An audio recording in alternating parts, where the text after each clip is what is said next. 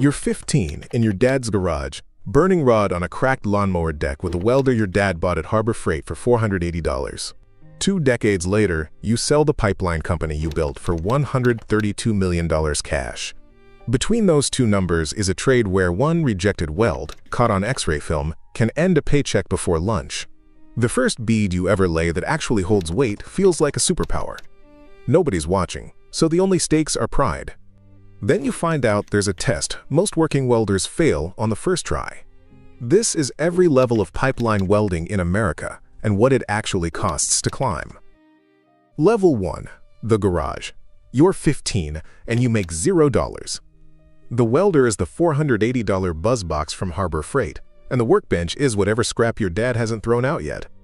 You clamp a piece of angle iron, set the amperage by guess, and strike the arc. The bead comes out lumpy and high, piled up like cold caulk. You chip the slag with the chipping hammer, grind it flat with the angle grinder, and find 3 holes burned clean through, so you back the amperage down. The puddle settles, the metal fuses instead of blowing out, and the next bead lies flat. You burn 6011 rod by the handful because it's cheap and it lights easy. You flip the flat shade helmet down a half-second late once. The arc flashes your eyes, and you spend the next hour welding through what feels like sand under your eyelids. You don't make that mistake twice. The garage smells like ozone and burnt flux, and your ears ring with the tinny ping of the chipping hammer.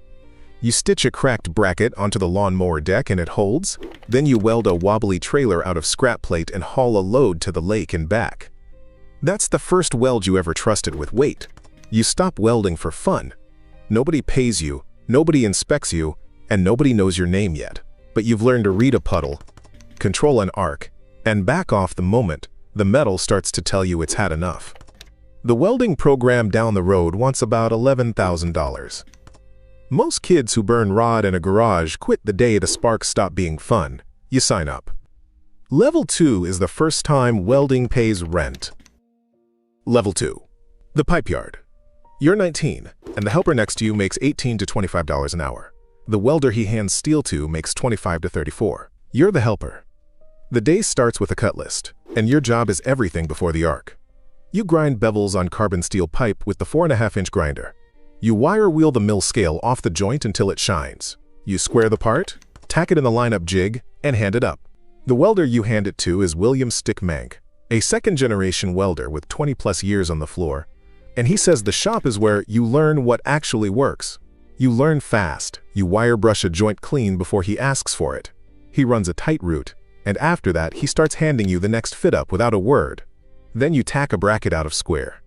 He breaks it loose, taps the speed square against it, and you reset it dead on. You haul leads, fetch dry rod from the rod oven, sweep the booth, and stage the finished steel by the door. You stop waiting to be handed the gun. One slow afternoon, he tells you to run the production bead yourself, and the supervisor walks past, looks at it, and signs it off. The welder you learned on at home cost $480. The production machine you run here is worth more than your car. You log the hours the union wants before you can even apply. It's monotonous, and it's underpaid, but for the first time, welding is paying the rent, and that changes how you walk into the booth. Level 3 is the ticket, and the ticket is a test that washes most people out. Level 3. The 6G test. The pipe is 6-inch Schedule 80, fixed at a 45-degree angle, and it will not move. That's the 6G position, all position, the one most working welders fail on the first attempt. You bevel both ends on the clamshell bevel machine, then set the land and the gap with the edge of a nickel. You fit the joint in the lineup clamp and tack it at 3, 6, 9, and 12 o'clock. You feather each tack with the grinder so the root can tie in clean. Then you strike the 6010, the cellulosic rod that runs hot and digs deep, and you drag the root downhill. The keyhole opens at the bottom of the puddle, a little window of molten metal, and your whole job is to hold it the same size all the way around the pipe. You stop flinching when the keyhole opens. You grind the root flush, switch to 7018 for the hot pass, and stack your fill passes uphill. You cap it with tight stringers. Then you cut bend straps out of the coupon, clamp them in the press, and bend them double. The first strap cracks along the root. The room goes quiet. A cracked strap is a failed test, and a failed test in front of a crew is the kind of thing people remember. So you go back to the bench. You slow the root down, Hold the keyhole tighter and keep the rod angle dead consistent from the bottom of the pipe to the top. The second coupon bends double and holds no cracks, no open root. You submit it for X-ray and the film comes back clean. That's the 6G ticket, and it's the gate to everything above it. A rig welder named Austin Ross, who runs a channel teaching this trade, puts the climb flat. 11 years ago, I didn't know squat about pipeline. The test itself costs $250. Joining the union costs $2,000. One East Texas morning, a spread tests 8 welders and rejects 3 of them before lunch. 2 for cracked bends, 1 for a failed drug panel. Your name isn't on that list. The code behind all of it is API 1104 for the cross-country line and ASME Section 9 for the station work. The books that decide what a good weld is. You hand your ticket to the next contractor and it travels with you. The ticket means you can leave. Level 4 is the road. Level 4. The rig welder. You drive your own truck to the right-of-way now, a Lincoln SA200 bolted to a custom welding bed, leads coiled on the rack, a box of 5P plus rod-riding shotgun. Keith Armentrout welded pipeline out of Burnett, Texas for 30 years, and he breaks the pay down to the dollar. Between $36 and $52 an hour on arm pay, anywhere from $15 to $25 an hour for the truck pay, plus a tax-free per diem on top. Stack those layers across a 60-hour week, and the check can hit as much as $5,000 for that 1 week. An independent hand who keeps moving can clear $150,000 to $250,000 in a strong year. Armentrout says it plainer still. What I would make in 1 week is what an average American would make in a month. The work earns it. You climb down into a bell hole and fit a 36-inch joint with the internal clamp. You run a stovepipe route, grind the hot pass, lay your fill in your cap, and then you step back and hand the weld to the X-ray crew. Everything you do is judged on film.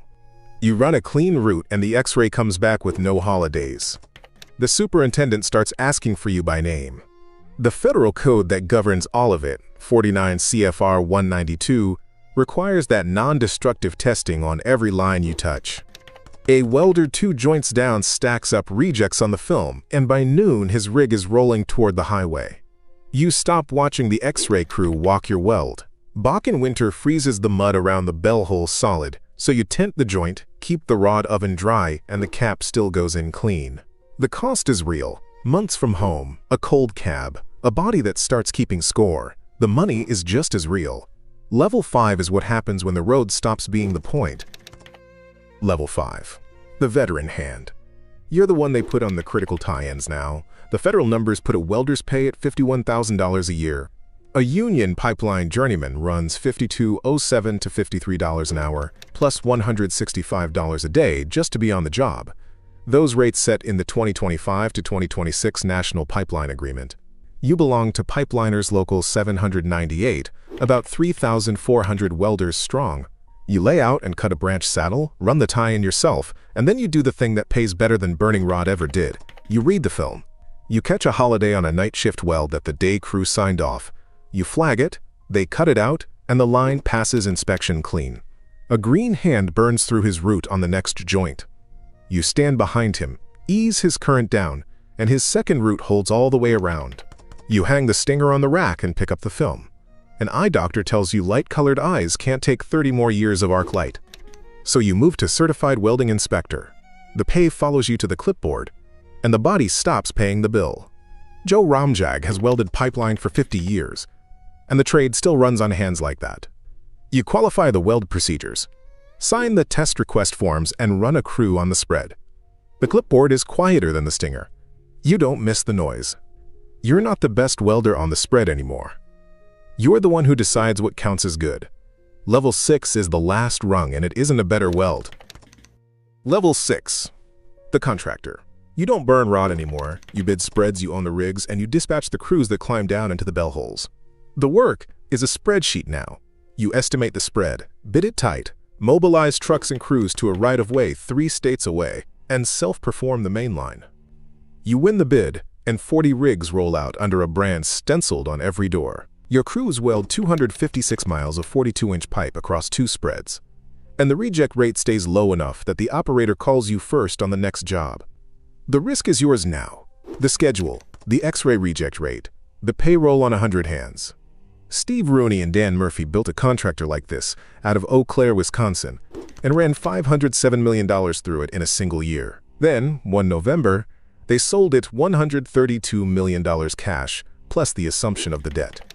A pipeline welder named Dale Michaels started his own business in the late 1950s with the same idea, and today Michaels Corporation books $4.5 billion a year. The ceiling is higher than any one weld could ever reach. The yard outside is full of trucks that started as a single stinger in someone's hand. The peak isn't a better bead. It's owning the crew that lays it.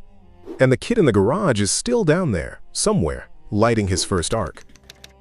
Here's the part nobody tells you at 15. The $480 welder from Harbor Freight, the buzz box you burned rod on in your dad's garage, sits on a shelf in your office now.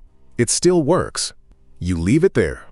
Through the window behind it, a yard of rigs idles in the cold. Every door is stenciled with your name.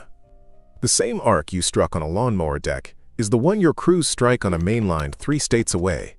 The climb cost years on the road, in cold cabs, far from home, and some of the hands you started with didn't make it past the bend table. You'd make the same trade again. The yard outside is the proof it was worth it. You think about the math sometimes. $480 went into the garage. $132 million came out of the company. Nobody fused that gap in a single weld. You stacked it one clean pass at a time. A route that held, a 6G coupon that bent double, an X-ray that came back without a holiday. The trade still runs on fill. A weld is good or it isn't, and a contractor is the welder who stopped arguing with that and started bidding on it. Somewhere right now, a 15-year-old just talked his dad into a $480 welder and struck his first arc on a lawnmower deck. He doesn't know about the per diem, the bell holes, or the bend table yet. He just knows the metal fused, and it felt like a superpower. He'll find out what it costs. He'll find out it's worth it. The keys to the lead rig hang on the hook by your office door, and the name on its side is yours.